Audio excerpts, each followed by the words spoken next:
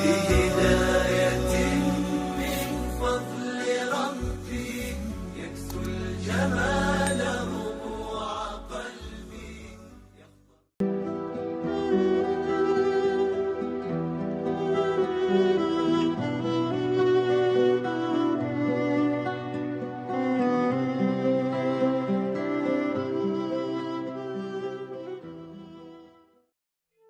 Asyaitanu ya'idukumul faqra. Syaitan selalu membisikkan kekurangan dalam hati. Syaitan selalu membisikkan kesedihan. Syaitan selalu membisikkan ketakutan. Halau ketakutan itu dengan takbir. Usir rasa cemas itu dengan takbir. Allahu Akbar, Allahu Akbar, Allahu Akbar, walillahil hamd. Bahwa orang yang dekat dengan Allah, ujian tak pernah terhenti datang. Kenapa Ibrahim yang bergelar Al-Khalil, kekasih Allah, Al-Khalil, orang paling dekat dengan Allah, Al-Khalil, orang yang disayang Allah. Mengapa ujiannya datang silih berganti?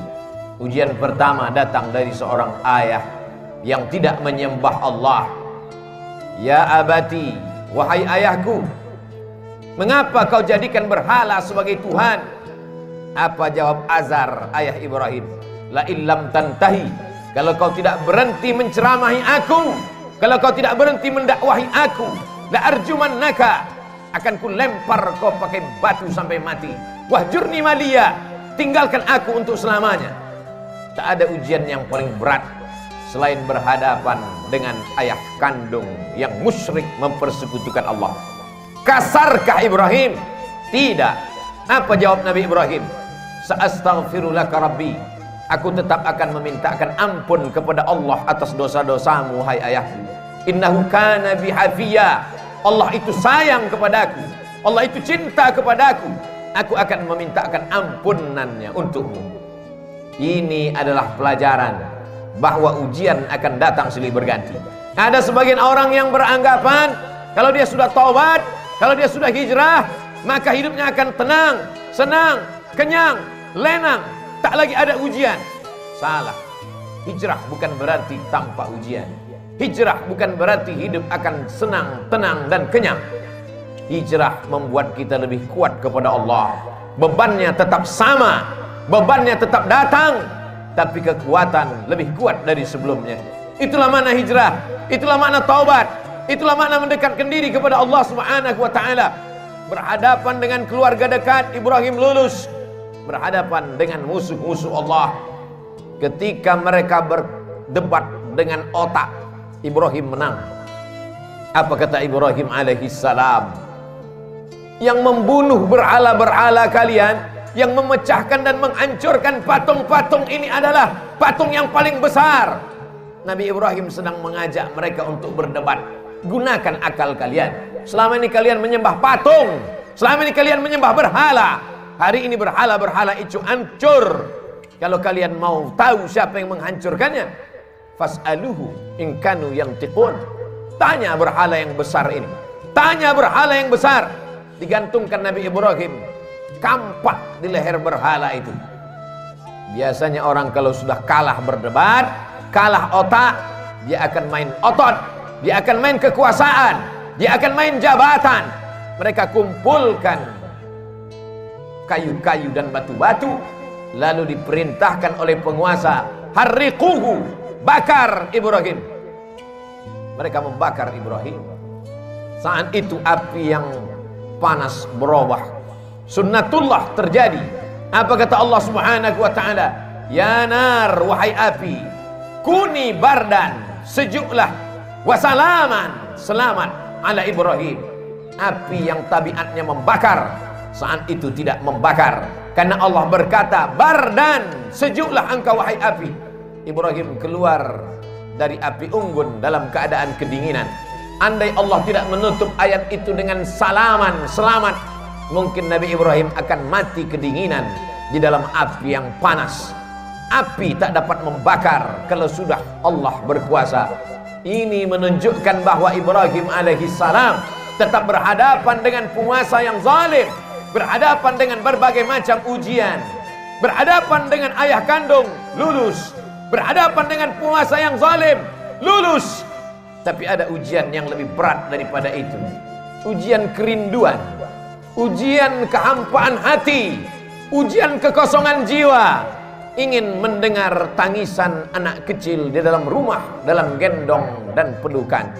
Berdoa Ibrahim alaihissalam, Rabbi habli minas salihin, berikan aku anak yang saleh, berikan aku anak yang saleh ya Allah. 86 tahun dia berdoa kepada Allah. Begitu disebutkan oleh Imam Abul Fida Ismail Ibnu Katsir dalam tafsir Al-Qur'anil Azim. Adakah hari ini orang yang berdoa, sudah sholat, sudah tahajud, sudah berinfak, sudah bersedekah, mengapa Allah tidak mengabulkan doa saya? Mengapa Allah tidak memperkenankannya? Hari ini kisah Nabi Ibrahim mengingatkan kita kembali, sesungguhnya tak sulit bagi Allah untuk memberikan yang kau cintai, yang kau sayangi, yang kau harap-harapkan. Tapi Allah ingin kau merintih di tengah malam dalam doamu. Allah ingin melihat kau bermunajat dengan tetesan air matamu. Allah ingin kau berdoa. Allah ingin kau berikan segalanya kepada Allah. Allah maha cemburu. Allah tak ingin kau berbagi dengan yang lain. Oleh sebab itu munajat di tengah malam, berdoa kepada Allah. Sesungguhnya Allah ingin meningkatkan derajat, menghapuskan doa, menghapuskan dosa dengan doa-doa dan permintaan seorang hamba. Aqrabu ma yakunul 'abdu min rabbih, seorang hamba paling dekat dengan Allah wa huwa sajid, ketika dia sedang bersujud. Fa aksiru fihi du'a, perbanyaklah doa. Pesan pertama dari kehidupan Nabi Ibrahim, bahwa hidup tak pernah lepas dari ujian. Hari ini kita sedang menghadapi ujian besar. Saudara-saudaraku yang kena PHK, saudara-saudaraku yang kesulitan dalam mencari nafkah, sesungguhnya ujian itu tetap datang silih berganti. Allah hanya ingin melihat perut itu kosong dari materi, sehingga kalau perut kosong, hati penuh, besarkan Allah. Allahu Akbar, Allahu Akbar, Allahu Akbar, walillahil hamd. La ilaha illallah, Allahu Akbar, walillahil hamd. Besarkan Allah dalam hatimu, supaya dunia ini kecil dalam pandangan matamu. Besarkan Allah dalam jiwamu, supaya kau melihat ujian itu kecil. Dunia ini tak sampai setengah sayap nyamuk, saudaraku. Dunia ini tak sampai setengah sayap nyamuk. Oleh sebab itu, man arafat dunia hanan alaih, siapa yang tahu hakikat dunia, maka ringan dunia ini baginya. Allahumma la taj'alid dunya akbar hammina wala mablagha ilmina. Jangan jadikan dunia ini cita-cita terbesar kami ya Allah. Jangan jadikan dunia ini harga terhadap ilmu kami. Dunia hanyalah jembatan menuju akhirat. Ad-dunya balaghun ilal akhirah. Kalau ditakdirkan Allah kita masih menikmati dunia ini sampai besok pagi, jadikan dunia ini sebagai amal saleh. Tapi kalau dunia ini hanya berakhir sampai nanti malam, berarti husnuzan. Allah ingin membuat kita berhenti daripada dosa. Itulah mengapa Nabi Ibrahim disebut 4 kali sehari semalam dalam satu salat 2 rakaat. Bagaimana dengan 4 rakaat? Bagaimana dengan yang lain? Bagaimana dengan salat sunat? Kama sallaita ala Ibrahim wa ala ali Ibrahim, kama barakta ala Ibrahim wa ala ali Ibrahim. Supaya kita mengingat ujian kita ini belum ada apa-apanya. Ujian kita ini belum ada sebesar ujung kuku kelingking Ibrahim alaihissalam. Maka ketika kita membandingkan hidup kita dengan Ibrahim, ringanlah terasa. Keluarlah dari mulut alhamdulillah, keluarlah dari mulut subhanallah. Yang keluar bukan caci maki dan sumpah serapah. Pelajaran pertama, bandingkan diri kita dengan ujian Nabi Ibrahim alaihissalam. Pelajaran yang kedua, bahwa tak ada tempat meminta kecuali kepada Allah. Tak ada tempat berharap kecuali kepada Allah. Gantungkan harapan kepada Allah. La ta'khudhuhu sinatun wala naum. Dia tak mengantuk, dia tak tidur. Jangan gantungkan harapan kepada manusia. Hari ini menjadi kawan, besok berubah menjadi lawan. Jangan gantungkan harapan kepada benda. Benda akan binasa. Jangan gantungkan harapan kepada kuasa. Kuasa akan sirna. Gantungkanlah kepada Dia. Siapa Dia? Allah. Adakah Tuhan selain Dia? La ilaha illa huwa. Hidupkah Dia? Dia tidak hanya hidup, Dia maha hidup. Al-Hayyu Apakah dia mengatur setiap gerak langkah hidup kita? Al-Qayyum. Dia bukan pabrik kursi yang setelah pabrik kursi mencetak lalu kemudian tidak tahu di mana letak berada. Dia bukan pabrik karpet, setelah karpet dicetak, dijual, tak tahu di mana berada. Dia adalah Allah Al-Qayyum, mengatur kehidupan kita, detak jantung kita, hayunan tangan kita, langkah kaki kita, bisikan yang ada di hati kita, terlintas dalam kepala kita. Dia tahu siapa dia, Allah. Adakah Tuhan selain dia? La ilaha illa huwa. Hidupkah dia? Dia maha hidup. Al-Qayyum, dia mengatur hidup kita. Mengapa cemas? Mengapa takut? Mengapa ngeri? Ada dia yang mengatur segala hidup kita. Kuasakah dia? Lahu ma fis samawati wa ma fil ard. Ada yang bisa menolong selain dia? Man dzal ladzi yashfa'u 'indahu illa bi'idhnih. Tahukah dia apa yang ada dalam kepala kita hari ini? Ya'lamu ma baina aydihim wa ma khalfahum wa la yuhituna bi syai'in min 'ilmihi illa bima syaa'. Sehebat apa kuasanya? Wasi'a kursiyyuhus samawati wal ard. Sulit dia mengatur alam semesta. Wala ya'uduhu hifdzuhuma. Hebatkah dia? Kuasakah dia? Tinggikah dia? Besarkah dia? Wa huwal 'aliyyul 'azim. Itulah yang menguatkan kita. Itulah yang membuat kita hebat di antara makhluk yang lain. Kalaulah manusia itu hebat karena besarnya, tentu lebih besar sapi yang ada di depan kita, tapi kita akan menyembelih dia. Kalaulah manusia itu hebat karena suaranya, tentulah onta lebih besar suaranya, tapi pagi ini onta disembelih. Kita hebat karena kita membesarkan Allah. Kita hebat karena dibesarkan oleh Allah. Allahu Akbar, Allahu Akbar, Allahu Akbar. La ilaha illallah wallahu akbar. Allahu Akbar walillahil hamd.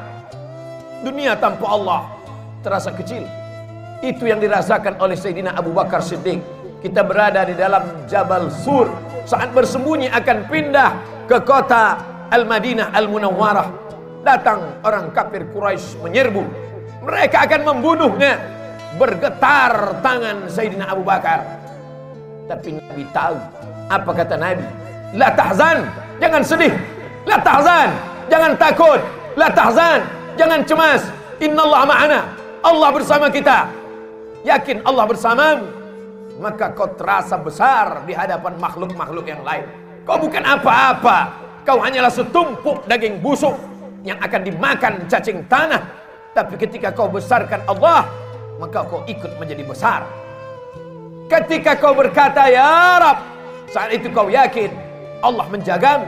Ketika keluar dari mulutmu ya Rab, saat itu kau yakin Allah memberimu rezeki. Wa ma min dabbatin fil ardi illa 'ala Allah rizquha. Tak ada satupun yang melata di atas muka bumi ini kecuali Allah menjamin rezekinya. Mengapa orang korupsi? Karena takut anak tidak makan. Mengapa orang menjadi nepotisme? Mengapa orang menghalalkan segala cara? Karena takut tidak makan. Orang yang hanya memikirkan perut, maka hakikat dirinya tak jauh lebih kecil daripada yang keluar dari perut. Orang yang hanya memikirkan lambung, maka dia tak lebih besar daripada yang keluar dari lambung. Itulah mengapa Allah menjauhkan otak dari lambung. Otak di atas, lambung di bawah. Supaya kita jangan hanya memikirkan lambung. Tapi hari ini ada manusia yang begitu ketakutan. Kenapa? Karena hanya urusan lambung. Menjegal kawan seiring, menggunting dalam lipatan, menikam dari belakang, musuh dalam selimut. Gara-gara apa? Gara-gara lambung. Atib mat'amak, jaga makananmu, takun mustajabud da'wah, doamu akan dikabulkan Allah. Pelajaran kedua yang diambil dari kehidupan Nabi Ibrahim alaihissalam, senantiasa berdoa kepada Allah. Tapi ada orang-orang yang berdoa kepada Allah, doanya tak dikabulkan Allah. Rajulun as'as, rambutnya berdebu, aghbar, kusut, berdebu, yamuddu yadayhi ila sama, tangannya diangkat ke langit, tangannya dia tengadahkan ke atas. Dia berkata, ya Rab, ya Rab, ya Allah, ya Allah. Doanya tak dikabulkan Allah. Mengapa doanya tak dikabulkan Allah? Mat'amuhu haram, makanannya haram. Masrabuhu haram, minumannya haram. Malbasuhu haram, pakaiannya haram. Wa ghudhiya bil haram, dan dia diberikan makanan haram. Oleh sebab itu, atib mat'amak, jaga makananmu, jaga kehalalannya. jaga kesuciannya, jaga kebersihannya, takun mustajabun dakwah, maka doamu akan dikabulkan Allah Subhanahu wa ta'ala. Kita ingin diberikan Allah pandangan, supaya pandangan kita lurus, supaya kita paham, supaya kita sabar atas segala doa-doa kita. Kalau Nabi Musa alaihissalam 40 tahun baru terkabul doanya, kalau Nabi Ibrahim 86 tahun baru terkabul doanya, padahal mereka adalah Khalilullah, padahal mereka adalah Kalimullah. Maka kita datang sabar kita. Sesungguhnya kita sedang menyerahkan nasib kepada Allah. Allah lebih tahu apa yang lebih baik daripada kita. Tapi kadang kita memaksa Allah. Kita sudah buat target-target, kita sebuah keputusan, ada keputusan kita, dan kita paksa Allah untuk mengikuti kehendak kita. Allahu Akbar, Allah Maha Besar, kita kecil. Allahu Akbar, Allah Maha Hebat, kita tak ada apa-apanya. Robah pandangan kita, berikanlah yang terbaik untukku menurut pandangan Engkau ya Allah. Bukan aku paksa Engkau mengikut kehendakku, karena Engkau saja yang besar, yang lain kecil ya Allah. Pelajaran yang terakhir, yang ketiga, puncak daripada cinta adalah ketika sanggup berbagi. Puncak cinta bukan memiliki, puncak cinta bukan menguasai, puncak cinta ketika sanggup berbagi. Itu ditampakkan dalam kehidupan Nabi Ibrahim alaihissalam. Setelah anak itu lahir, itulah puncak cinta, keinginan untuk memiliki untuk selamanya. Tapi Allah berkata lain. Ya bunayya, wahai anakku, inni ara fil manam, kulihat dalam mimpiku, anni azbahuka, aku sembelih lehermu, fanzur madza tara, apa pendapatmu hai anakku. Dan ternyata anak pun sama berfikirnya. Puncak dari cinta kepada ayah adalah saat sanggup berbagi kepada Allah. Apa kata sang anak? Ya abati, wahai ayahanda, if'al ma tu'mar, laksanakan perintah Allah, satajiduni insyaallah minas sabirin. Insyaallah aku sabar ayah. Bertemu seorang ayah yang soleh dengan anak yang soleh. Jangan pernah bermimpi mendapatkan anak yang soleh kalau tidak dari ayah yang soleh. Soleh dalam berfikir, soleh dalam beramal, soleh dalam mencari nafkah. Siapa yang cinta kepada Allah, maka dia bagikan kepada Allah. Siapa yang cinta kepada makhluk, maka habis untuk makhluk, makhluk itu mati, semuanya berakhir. Tapi cinta kepada Allah, itulah yang kekal abadi. Sesungguhnya yang dibagi kepada Allah, yang ikhlas berbagi karena Allah, itulah yang akan kekal abadi sepanjang zaman. Tak akan lapuk kena hujan, tak akan goyah angin kencang. Sebab apa? Sebab Allah yang mengekalkannya hingga hari kiamat. Serahkan kepada Allah, dia akan besar. Bagikan kepada Allah, dia akan kekal abadi. Ma'akalta fa'afnaita, kalau kau habiskan untuk makan, dia akan busuk. Wa malabista, kau habiskan untuk pakaian, dia akan lapuk. Wa matasaddaqta, yang kau sedekahkan untuk Allah, itulah yang akan kekal abadi. In tansurullah, kalau kau tolong agama Allah, yang surkum, yang kau cari selama ini, pergi pagi pulang petang, habis waktu, tinggal sholat, tergadai agama dan akidah, hanya sampai ke tenggorokan. Setelah itu pun kau akan mati. Harta warisan dibagi-bagi, tak tersisa untuk diri, semua hanya akan dibawa menghadap ilahi. Akan kembali ke rumah. Yarji'usnani, anak, menantu, sahabat, buah hati belayan jiwa, akan kembali ke rumah. Mereka akan menangis 2-3 hari. Selepas itu mereka akan tertawa, mereka akan melupakan kita. Kerja, kalau kau hari ini jabat tinggi, punya kekuasaan hebat, dia akan digantikan oleh orang lain. Belum kau mati, mereka sudah siap untuk menggantikannya. Wa yabqa wahidun, yang tinggal hanya satu. Apa dia? Wakaf, infak, sedekah. Bila kau punya yang lebih besar, berikan wakaf. Tidak lebih besar, berikan infak. Tidak lebih besar, berikan sedekah. Allah Maha Adil. Kalau kau hebat, berikan wakaf. Kalau kau kurang hebat, berikan infak. Kalau kau manusia biasa, berikan sedekah. Tabassumika fi wajhi akhika sedekah. Senyummu ke wajah saudaramu adalah sedekah. La tahqiranna minal ma'rufi syai'a.